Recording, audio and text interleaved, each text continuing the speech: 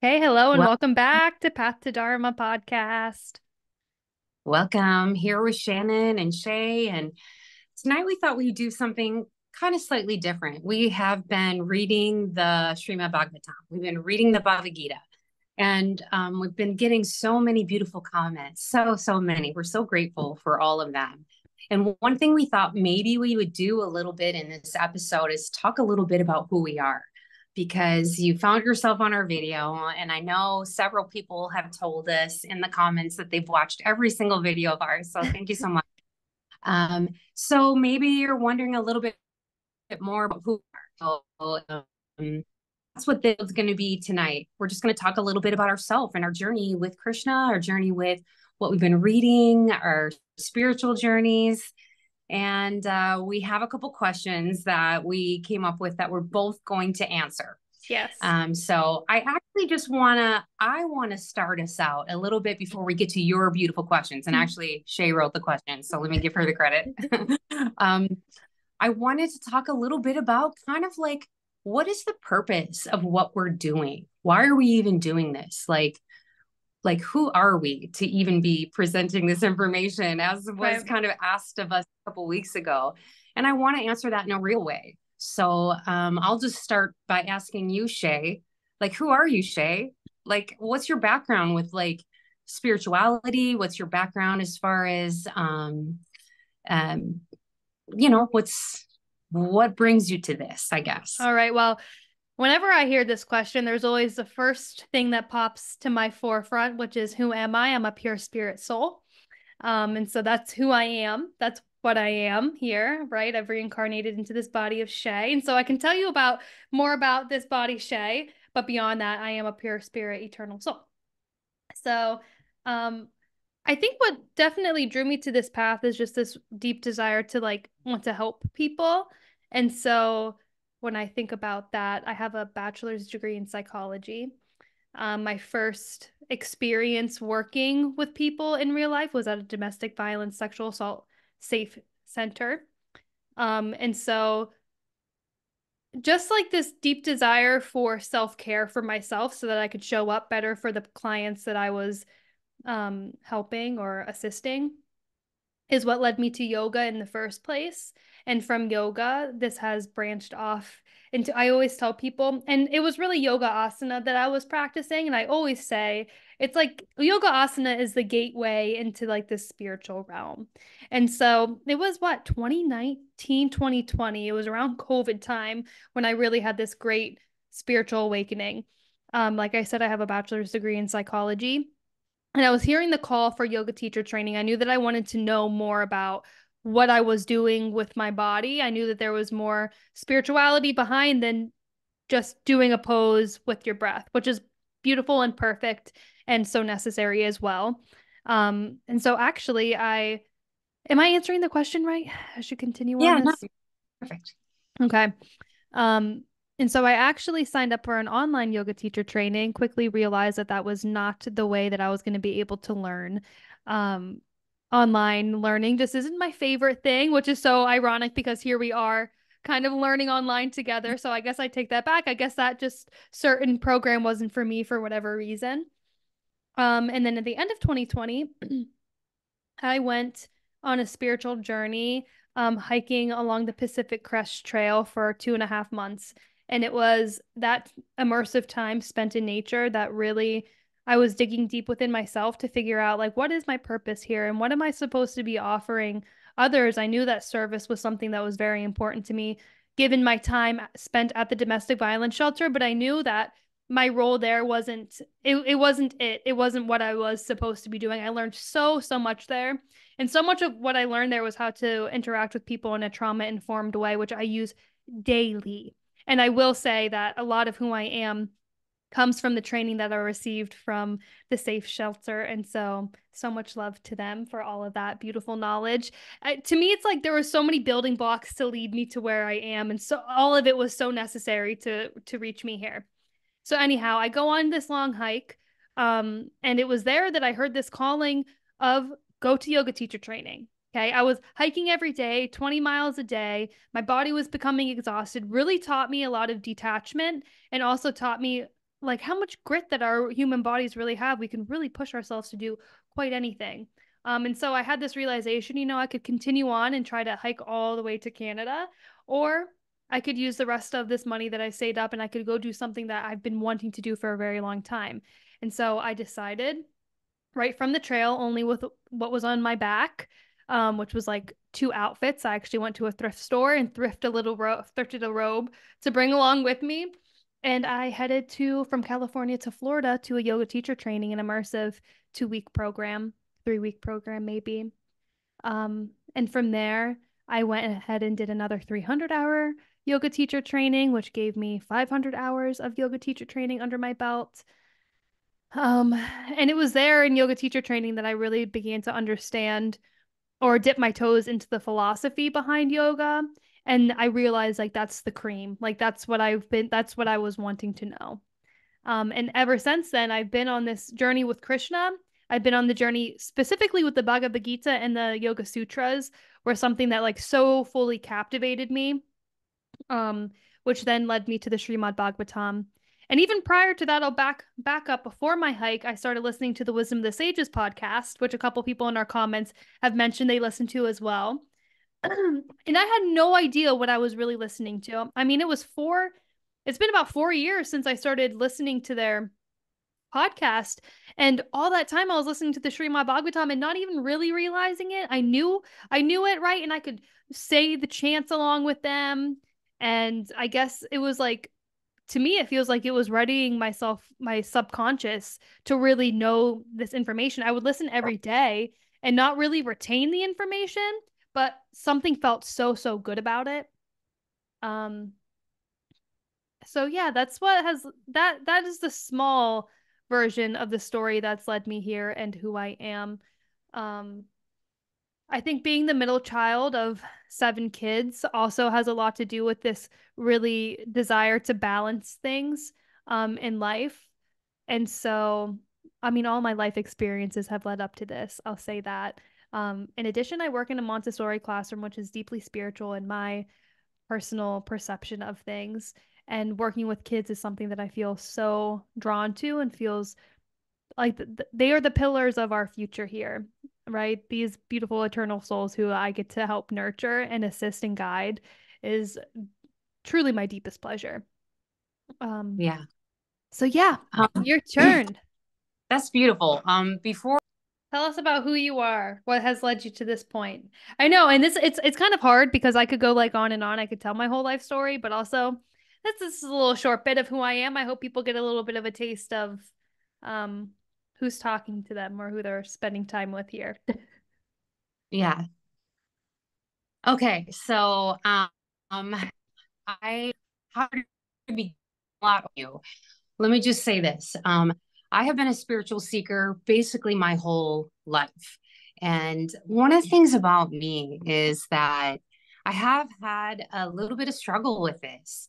Um, when I was 5, I saw a demon in front of my house, and he looked like a full on what you would picture Satan that looks like Satan. Okay, he was red. And I was just a little girl at the time. And I truly was like, whoa, okay, those are real. And I didn't really tell anybody about it, even though I really wasn't scared of it. I did see it in my street right in front of my house. And um, it's been one of those things where I have always had these very bizarre experiences of either seeing like spiritual beings, spiritual creatures that aren't supposed to be showing up, or literally dead people. And as a little kid, when that happens to you, you really don't know how to process it. You don't know who to tell. You don't know what to say about it. And when you do say something about it, you're generally kind of shut down. So I think I got the message pretty early that that stuff wasn't something that really I wanted to tell people. Mm. So just keep that in your mind for sort of the background of my life is I've always had all of these very intense dreams. I've always had these very intense experiences. The other thing about me is when I was very young, I was told that my great grandmother basically was institutionalized because she used to hear voices. And I knew that that was a thing where if I started to talk about the stuff that I had seen, that they lock you up for that. Like Mm. that's kind of the message I got really early. Part of my spiritual journey has been coming to terms with those things. Also, kind of just trying to understand, like, what is it that we're doing here? Like, who are we as Mm-hmm. humans? What is this life we're in? So my experiences have been very intense. I joined a cult at one point, which I really loved my cult. I really did. And part of what drew me to them was the fact that they believed in visions and dreams and spiritual, visitations and angels and all these things, right? Mm-hmm. Well, I felt a certain level of acceptance there and ability to talk about what I was seeing, and people didn't mock it. You know what I mean? So that's part of why I joined them. Now, eventually they did kick me out, and I literally like was sad about it, but I'm a terrible rule follower. And that's part of it is that I can't deal with hypocrisy and I don't like that. So I eventually just started like complaining about, anyway, they kicked me out. This was devastating to me at the time because I felt like with Christianity, basically you're told you have to love Jesus or you're going to hell. And Mm-hmm. so I struggled with that a little bit. Like all of the things that Christianity put on me, as far as I don't know what is real, what isn't real, what's important, what isn't important. I felt like over the next 10 years, I deconstructed all of that. And part of what has led me to Krishna has been a reconstruction of my soul. You know what I mean? It's like I had to lose all of that. And the ego wants to be important. The ego wants Mm-hmm. to be recognized. You know what I mean? So it's hard sometimes when you have your entire identity wrapped up in something to lose that. Mm-hmm. So if you say to people, hey, I'm a Christian, I'm a believing Christian, and then they kick you out, and then the next thing you know, like, what does that mean about me? I guess I'm going to hell now. Um, yeah, it starts to send you deeply inside your soul to see, do you really believe that? Is that really it? So I spent about 10 years, literally 10 years, with no spiritual anything. And I was not a happy person without that. I always knew. And it's not like I stopped dreaming or stopped having weird things happen to me. It's just like I literally energetically blocked it. I'm like, nope, nope, nope. I'm not going to do that. I don't want that. I don't want to have any of that anymore. So one day I was scrolling on YouTube, came across a video that said, are you waking up at 2 to 3 a.m.? And if so, this is why. And I was like, what? Because what had been happening to me is somewhere around 2019, 2020, right around the thing that happened, um, I started getting just completely where I couldn't sleep, and I was waking up at 3 a.m. and I was just up and I was awake. And I was like, what is this? Why do I keep waking up? And then I see this video, and this video is from Master Sri Akashana, and he starts talking to me, and there's something about him. I remember him. My soul remembers him. That's all I can say. And eventually, I ended up going through a spiritual journey with him, an initiation, a spiritual initiation. And it lasted about 45 days. And I went through this entire, we did everything. I don't even know what to say. We learned about ourself as an individual person, as a spirit, as a being, as a part of the collective. And we went through all these very specific spiritual practices. So sometimes we get the comment, hey, you guys should get a guru, get a guru. Well, I have a guru, and it's Mm-hmm. actually him. And who he follows is Himalayan Siddha Grandmaster Akshar, who literally grew up in the Himalayas, right? He grew up there. So, like, um, part of when I was going through the initiation, one thing we had like one night where we had this whole ceremony that we were doing. And that's the first time I ever laid eyes on Lord Jagannath.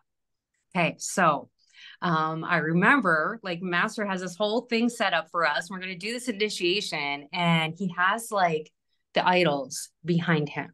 And I am literally like shaken to the core when I see these idols of Lord Jagannath and his siblings, right?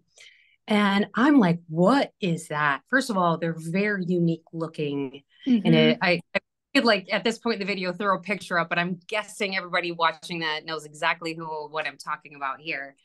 And so we went through the initiation, and then that part of the initiation was we went into a deep like meditation.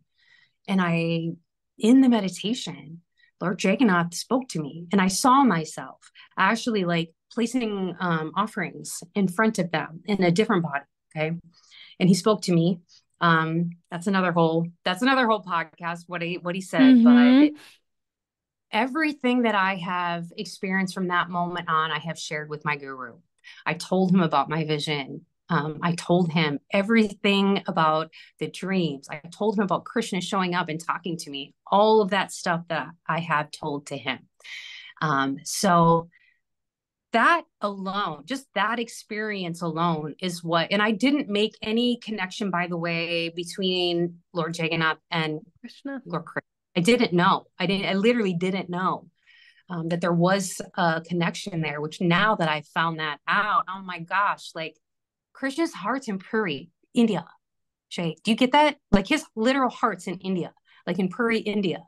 So like, anyway, I go through that spiritual experience with Master, and I'm really feeling it. And we both then at that same point start going through all these really intense kind of spiritual experiences and these things that keep happening. And then one day again on YouTube, which I find it utterly wild to me that I would find these things on YouTube of all things, right. But that's what happened. So again, on YouTube, one day, I see come up in my feed the Bhagavad Gita, and I was like, I remember Shae saying something about really need to read that, so I'm gonna listen to it. And it was like 3 hours. I'm like, okay. It was like 4 a.m. I'm like, I got 3 hours or whatever. Sure. I put that headphone on. I put the Gita on, and my life changed. And I will never be the same from that moment. Something happened. And I don't know what else to say. I've talked about this in other videos where it almost felt like my crown opened, and I was hearing. I literally like floated out of my body. I did not know what I was hearing. Almost like you were saying, I did not know what I was hearing. All I knew was that this was something. And I was stunned. Again, I was utterly stunned. And I remember calling you and being like, Shae, this just happened. And you're like, yes. And you were like freaking out because you talked about how you're like running around the room when you heard it.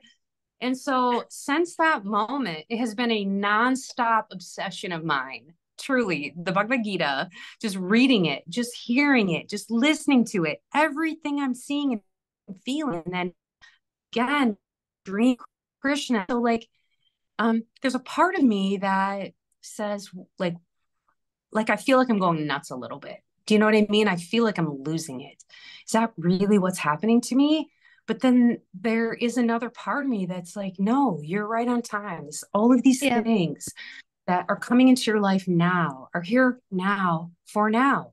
And I say like, man, what my life could have been like if I would have had Krishna this whole time. But no, like Krishna showed up when he was supposed to show up for me. Do you know what I mean? So he's changing me he's transforming me in such a profound way that I don't know how to handle it in some ways. I almost don't know what to do with all this. So part of this podcast is truly us just trying to work it out. We're not getting to know the things. We're not trying to be gurus. We're not trying to like pretend like we're teaching the Gita or teaching the Srimad Bhagavatam. We're truly real time. And I mean that. I don't read ahead. I try not to read ahead. I did a little bit, but like I stopped doing it.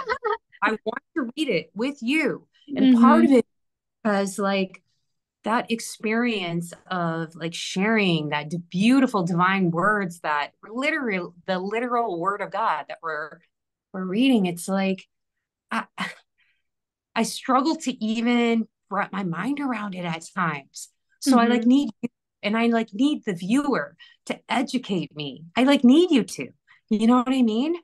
I maybe am the one that comes with all of the programming. I'm the one that comes with all the biases, all the prejudices. And maybe you, Shae, are the wise one. You're the one that doesn't have all that. I didn't raise you that way.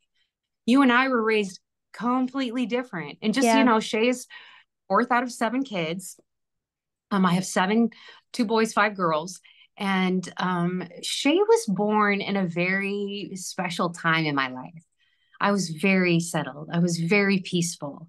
I had a plan for her. I planned her, And actually, when I gave birth to you, it was my plan. I got this thing in my head where I just want to meditate you out, because I know when you're giving birth, anything they put in your body to help you with pain goes to the baby. Okay.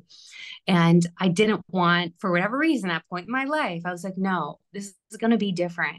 So when I went to give birth to you, I went into a deep, deep state of meditation, and I closed my eyes and I did not open them until you were in my arms. I didn't open my eyes or say one peep. I literally breathed. And I wasn't able to do it again. I had three more children after you. I was never able to pull this off again. So you truly were born in this state of Om, Yeah. truly. You know what I mean? It was silent in the room. You came out. I remember the people, because I could hear them, and they were amazed. And I just remember, no, I was in a zone. I was just in a zone. So there's something unique and special about, obviously a human that you gave birth to. But us being able to talk about these things and work it out, your voice, your perspective is so precious to me. And to me, again, dear viewer, listen to Shae. You know what I'm saying? Listen to Shae.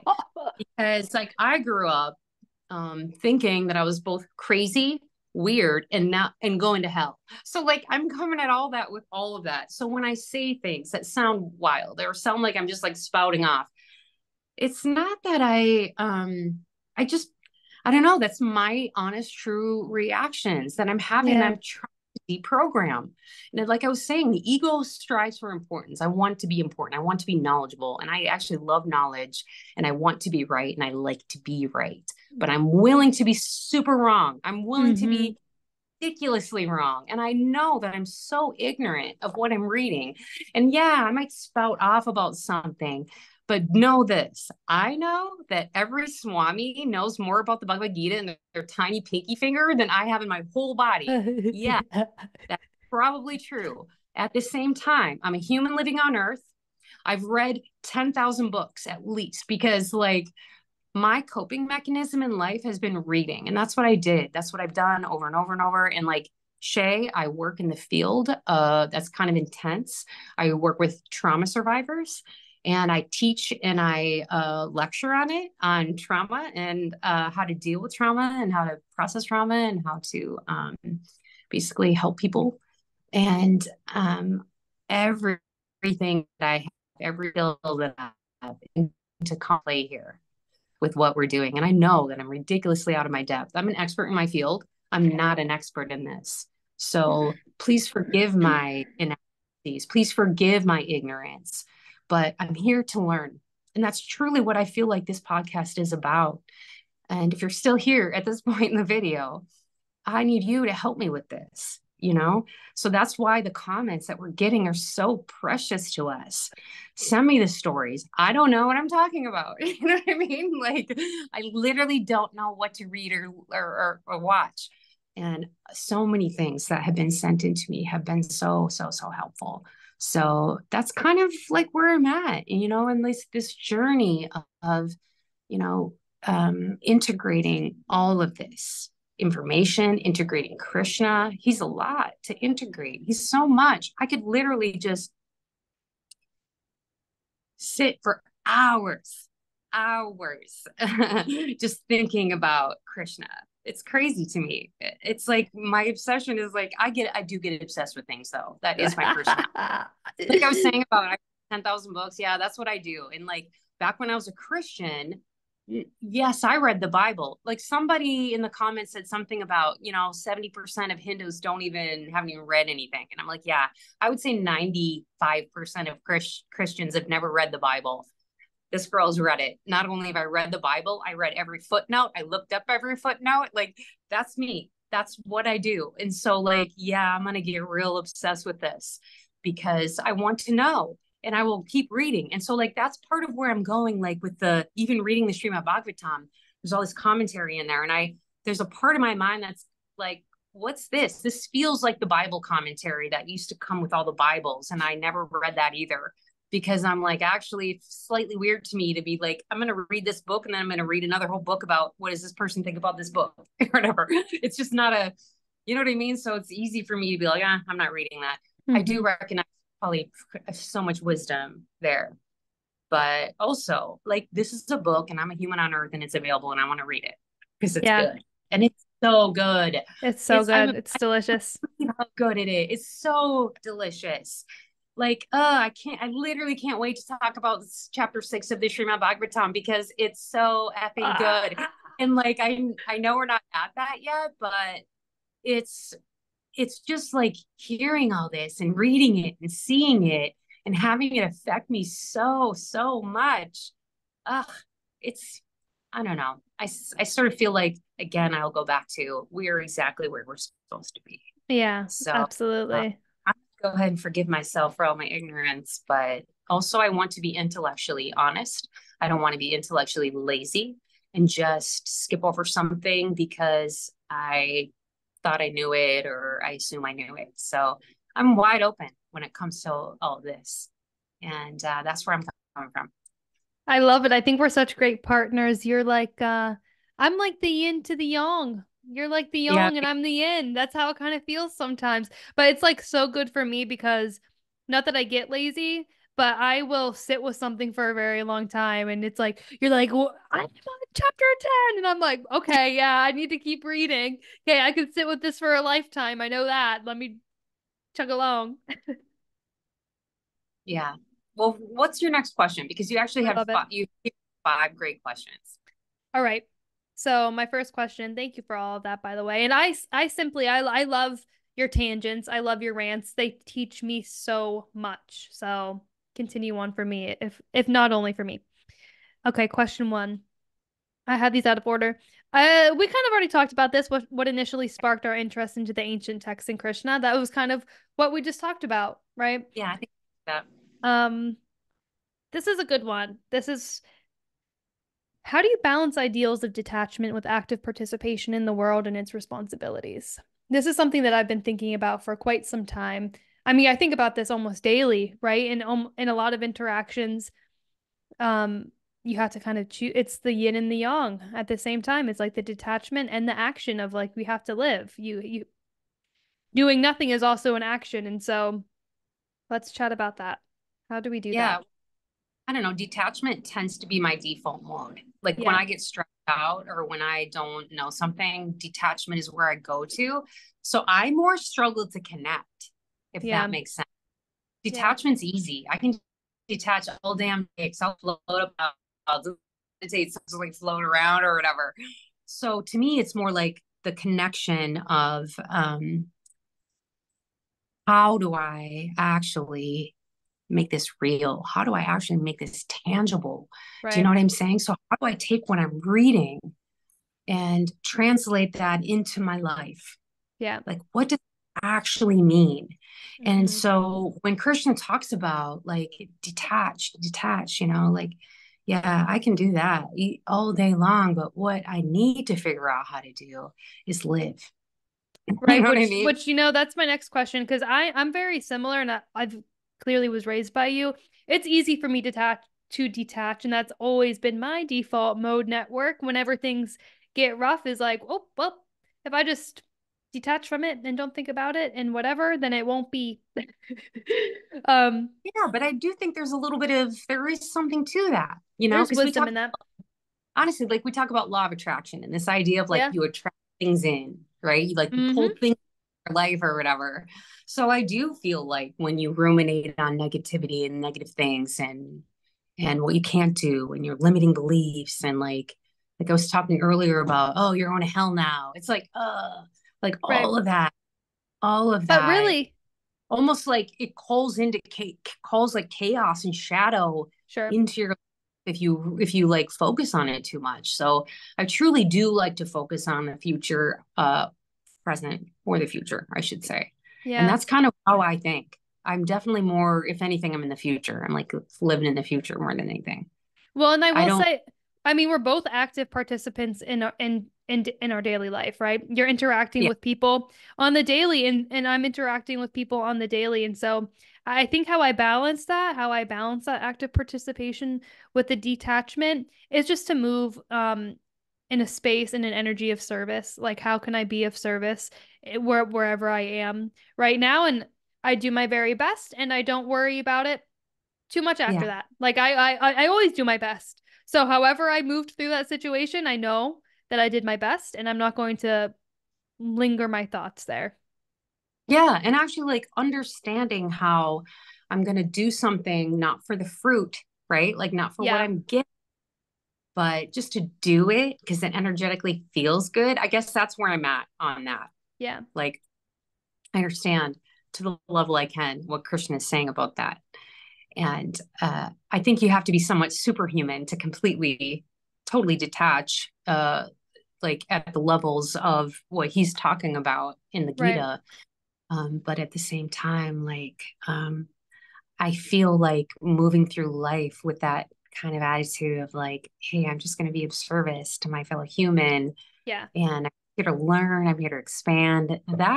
That brings about like a lot of good, I don't know, like contentment, like peace in my heart. So I will say that Krishna has brought me peace in my heart more than anything ever. So Hare Krishna, for Hare sure. Krishna. Okay, Yeah. so our first question, and I want the viewers, if you feel inclined to answer in the comments below, we would love to get Yeah. to know you more too. So first question, right, was what initially sparked your interest in the ancient texts in Krishna? Feel free to answer that. Question two was how do you balance the ideals of detachment with active participation in the world and its responsibilities? Question three, how has your perception of yoga changed since reading the ancient texts and coming to know Krishna? For me, I wrote that question really thinking about my journey of yoga and how I kind of explained it began Mm, as an asana-based journey, as like self-care for my body, for my mind. And then it was like moving into breath work and meditation and this shift of my inner world really led me to this more spiritual place. And I really thought that yoga was just an exercise. I thought it was something that you did to keep your like yeah. your body fit. Um, and so to like really deeply understand that yoga means union, to yoke, to to unite. Um, reading the text changed everything for me. Everything. It was really that second Yeah. yoga teacher training when I we dove into the text and we read it out loud. And so I was in like-minded community with people who may have read it before or may have not, but we all knew it to be true. So it changed everything for me. My whole understanding of yoga changed when I read the text. And since knowing Krishna, everything has just expanded from there. Yeah. Yeah. No, I definitely feel that too. And I'll say with yoga, it was Master that basically taught me about yoga. And so part of this, my spiritual journey was yoga. And as he explained, yoga, why we were doing yoga was to open the chakras. That's Hmm. why we were doing it. And he was saying we literally are doing yoga so that we can sit. Yeah. This is not exercise. You know what I mean? And the intense yoga that we do with him is crazy. Like, and I was 50 years old basically when I started that. And as I was so drawn by the spiritual message that he had, and I was so drawn by him, I was like, yeah, I'll figure the yoga out. Like, that yoga can't be that hard or whatever. Oh man, like he doesn't do normal yoga. Actually, he does yoga for manifestation, is what he Yeah. calls it. But like part of what, again, he's saying is it's the spiritual practice. We're not doing exercise. We're not stretching. You know what I mean? We're literally opening up our system. We're Yeah. opening our third eye. Like that's all of the things that why we are doing yoga. That's why he has us standing on our head. You know what I mean? So part of my process of yoga and learning what I could from him was so deep. But then when I started to read in the Gita about it, and Krishna's talking about yoga, and I'm like, wait, he's talking about something else. You know what I mean? Hmm. Like, yeah, okay, I get what Master's saying now. Like, I get it because, like, he's not talking about, can I do warrior pose? You know what I mean? Mm-hmm. No, that's not what he's talking about. It's like what you were saying, the spiritual aspect of it, I guess, is what it just again reinforced everything that I learned in my spiritual journey. Um, Everything was just backed up by that. And of course, one of the things that Master does is like kirtans. So Mm-hmm. and of course, he has Lord Jagannath. So of course, he's locked in into all of this. But what he says to us, and what he says, his master says, is that everything is energy, actually. And when he went through his spiritual journey with his master, okay, with Grandmaster Akshar, he talks about this story of surrender. And basically, what he says is that he's literally, he's in the mountains. Okay. So Grandmaster brings him up to the Himalayas. And he's on the top of this mountain, and Grandmaster he hands him like a bucket or cup or something, and he tells him to go down to the river and get water and bring it back up. And Master says he just takes it and he goes down, and it takes him almost an hour to get down the mountain and back up with the cup, and it has a hole in it. So by the time he gets back up, he doesn't have a full cup of water anymore. Okay. He's doing his best to plug the hole, all of it. Okay. And gets back up, and Grandmaster sends him back down again. And he said he spent the whole day. And Grandmaster does not explain what he's doing, right? And Master says that what happened to him about halfway through the day is that he just got into a complete state of surrender about it. And he did not understand why he was doing it. And he didn't know exactly what this was all about, but he knew that if Grandmaster was asking him to do it, it was important and that he should surrender. Mm-hmm. And that was the key to his ability to kind of like become who he was, is his ability to surrender, Mm-hmm. surrender to the Grandmaster, surrender to the universe. So I feel like when I even think about yoga, I think about that story he tells, and it comes back to me on the surrender. Yeah. And the trust. And I think that, that's it, the surrender. And I had Love a that. deeply, deeply, deeply powerful dream. And in it, it's not very long what I remember, but I was basically pulled out of my body, and I was speeding at what felt like the speed of light down deep into the earth, deep, deep into the earth. And as I was moving kind of in this like tunnel of like, it was blackness, but I felt like I was moving toward power. And I don't know what else to say, except for it felt like where I was going toward, it felt powerful. And in my dream, I remembered Master's story about surrender. And I said to myself, oh, damn, I just need to surrender. Whatever I'm going toward, it's like massively powerful. I'm just going to get into a complete state of surrender. And I don't remember what happened when I got there. Okay. I wasn't allowed to remember that, which is fine. But this is the divine. You know what I mean? That's like, to me, that's how you can touch the divine, finally to that point of surrender. So I think all of this together, kind of bound up with yoga and what yoga is, it's all connected. It's all connected. Absolutely. So did I even answer that? I'm not even sure I You answered. did. What was your question? You did. You did. Here's the last question. And this is fun to talk about and to think about. Do you have any certain aspirations in mind as you continue on this journey? And like for Ooh, I'm trying. me, there Yeah. seems like I have quite a few aspirations. Again, I come out at all of this without detachment because I know exactly where I'm at is perfect right here, right now. But also, I would love to visit India. I would love to visit Vrindavan, bathe in the Ganges, visit all the Yeah. holy places, go to the Himalayas. I would love all of that.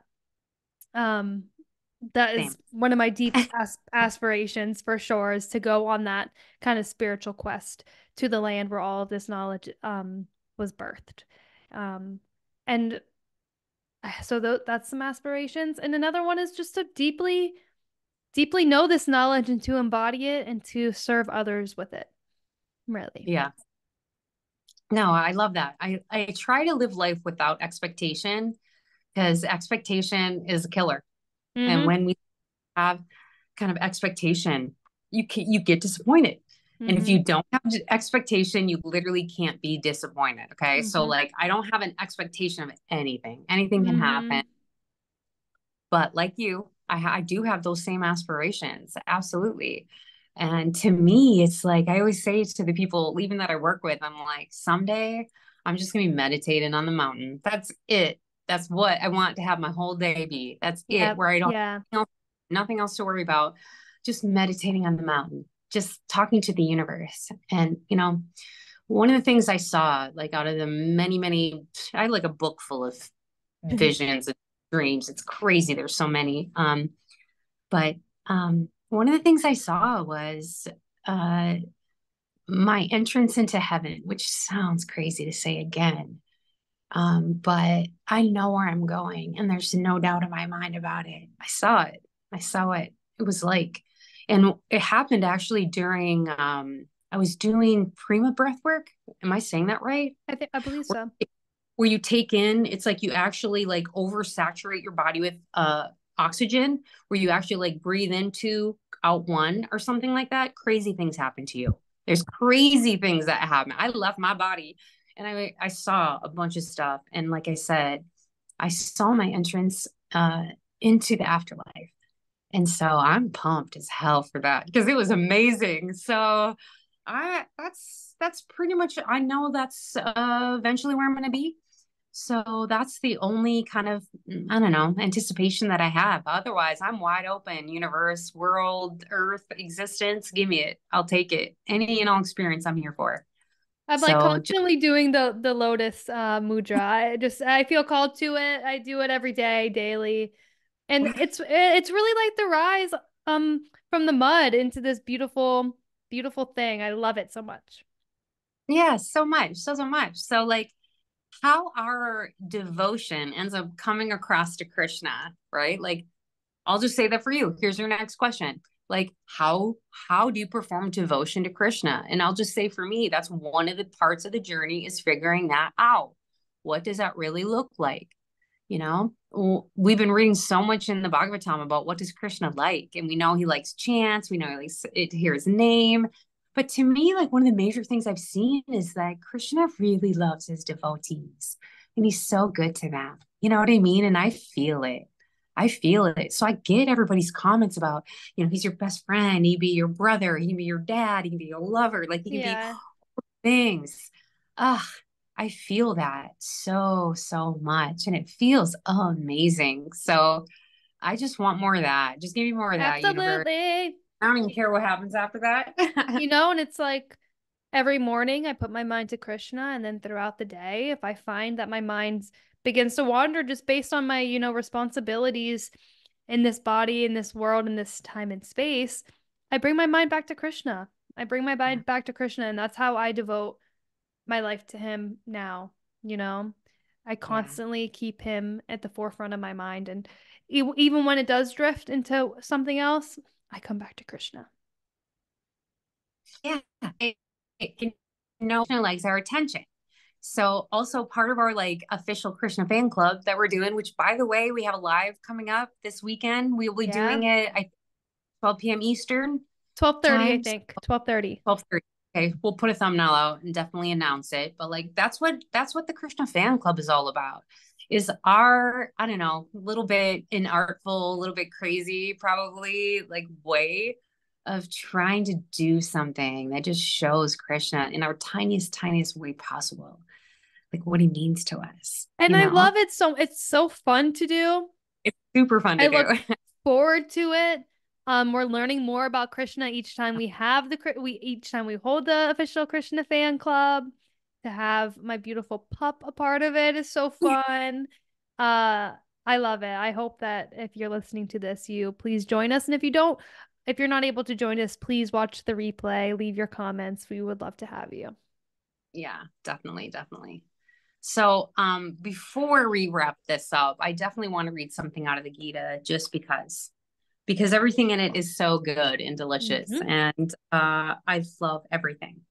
So, I didn't pick a verse. So, like a couple weeks ago, I was reading out of chapter 7, and it's so good, and I could just keep going and going. So, I'm going to actually pick up almost where I left off.